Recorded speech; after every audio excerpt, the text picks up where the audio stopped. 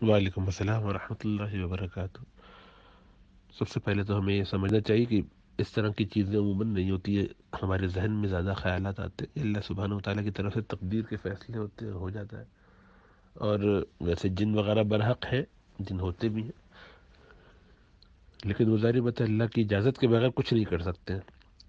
اب ان سے بچنے کی ترتیب وغیرہ کرتے رہنا چاہیے، اس میں کوئی مذائقہ نہیں ہے، اور وہ صرف اتنی ہے کہ شریعت کی پابندی ہو، نمبر ایک، یعنی گناہ کے کام نہ ہو۔ گھروں میں جہاں پر موسیقی چلتی ہو، یعنی میوزک وغیرہ بہت ہو، تو ظاہر بات ہے وہاں فرشتے نہیں آتے۔ جب فرشتے نہیں آئیں گے، تصویریں لگی ہوئی ہیں مثلاً، تو حدیث میں آتا ہے کہ جس گھر میں تصویریں یا جہاں پہ تصویریں ہوتی ہیں وہ فرشتے نہیں آتے۔ تو اگر کوئی ظاہر میں تصویریں لگی ہوئی ہیں، کمرے میں لوگ لگا لیتے ہیں، اسی طریقے سے کبھی وہ سٹنگ روم میں، برآمدے وغیرہ میں لوگ رکھ لیتے ہیں اماں ابا کی پرانی کوئی یادگار تصویر، یا اپنی میاں بیوی نے شادی کی بعد کی تصویر کوئی لگا لی۔ اس طرح کی تصویریں، یا بچوں کے ایسے کھلونے ہیں جس میں تصویریں، کتابیں ہیں جو بالکل سامنے سامنے، تو ایسی چیزوں کو اندر رکھنا چاہیے۔ اگر ضرورت ہو تو ہونا ہی نہیں چاہیے، ضرورت نہ ہو تو ایسی چیزیں رکھنی ہی نہیں چاہیے، اور اگر ضرورت ہے تو ان کو، یعنی اسکول کی کتابیں، نصابی کتابیں ہیں، ضرورت ہے بچوں کے پڑھنے پڑھانے کے لیے، تو ٹھیک ہے، اس کو پھر اندر رکھا جائے، سامنے نہ ہو۔ تصویریں بھی اسی طرح سے اندر چھپا کے رکھی جائے اور کم سے کم ہو۔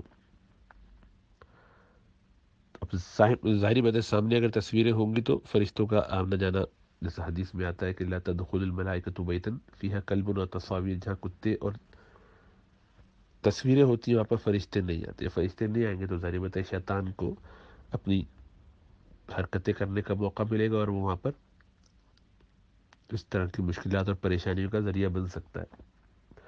اسی طریقے سے گھر میں تلاوت کا اگر معمول ہو، بڑے تلاوت کر لیتے، بچے عموماً نہیں کر پاتے، تو ذرا کھلے میں سب کے سامنے کچھ حصہ تلاوت کرنے کا ہونا چاہیے۔ بھی تلاوت لگا دی، لیکن زیادہ اچھا یہ کہ گھر والے پڑھیں قرآن کا کچھ حصہ، خاص طور سے سورہ بقرہ۔ سورہ بقرہ اگر پڑھتے جائیں روزانہ، اگر سورہ بقرہ پڑھ لی جائے تو آپ دیکھیں گا کہ گھر کے سارے معاملات آٹومیٹیکلی درست ہونے لگیں گے۔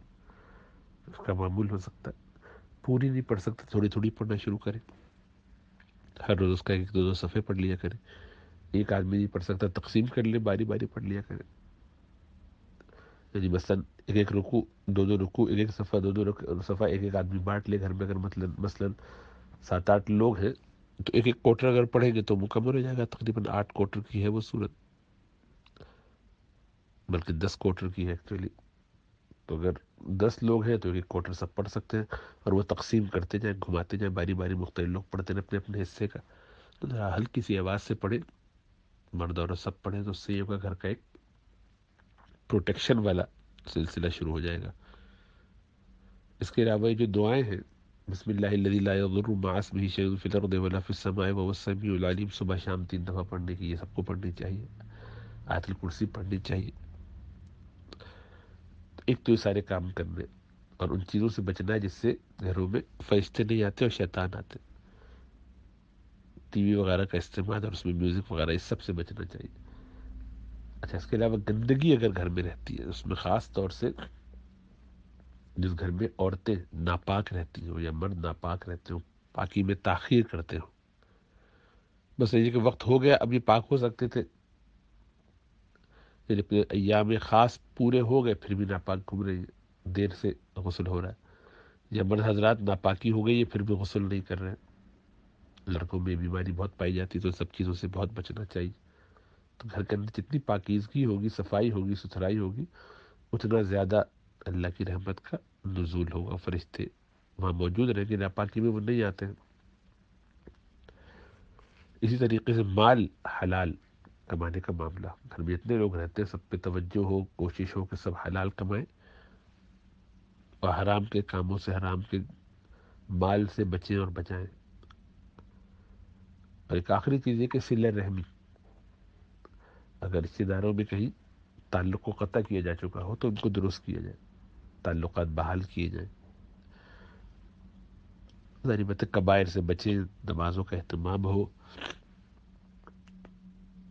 اللہ سے دعا کرتے رہیں، اور یہ معوذات وغیرہ جو دعائیں ہیں وہ پڑھتے رہیں، اور رقیہ قرآن جو ہے، تو اس کے ساتھ کسی اور بزرگ کو بلانے کی ضرورت نہیں، جو آئے گا وہ آ کے اندازے سے بتائے گا۔ دیکھے گا کہ لوگوں کا مزاج کیا ہے، وہ دیکھے گا کہ ان لوگوں کو یقین نہیں آئے گا، اگر میں نے کہا کہ نہیں ہے تو نہیں مانیں گے، یہ تو اپنا ذہن بنا چکے کہ یا جادو ہو چکا ہے یا جن ہو چکا ہے، وہ سنیں گے نہیں، تو اس لیے بہتر ہی ہے میں ہی کوئی جن بنا کے ان کو بتا دوں، اب مجھ کو ملے نہ ملے، جناب وہ بندہ آئے گا کہے گا جناب ہے جن، اب آپ کو اس پہ اطمینان ہو جائے گا، یقین آ جائے گا، اس کے وہ کچھ چیزیں بتا دیں گے، اس سے بچنے کا طریقہ بتا دیں گے، آپ اطمینان سے کرنے لگیں گے، آہستہ آہستہ اعتقاد بھی کمزور ہوتا جائے گا، اس لیے ان چکروں میں نہیں پڑنا چاہیے۔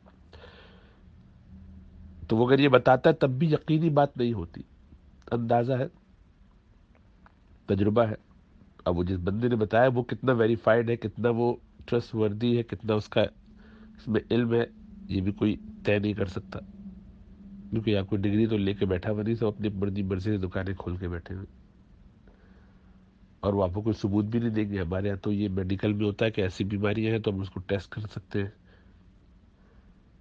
تو اب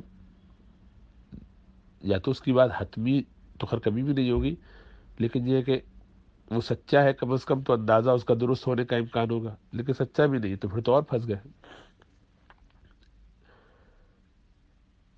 اور اگر وہ کہتا ہے کہ نہیں کچھ بھی نہیں ہے تو آپ کو یقین نہیں آئے گا، اس لیے کہ ذہن بن گیا ہے اس طرف، اس لیے ایسے چکروں سے نکل جانا چاہیے۔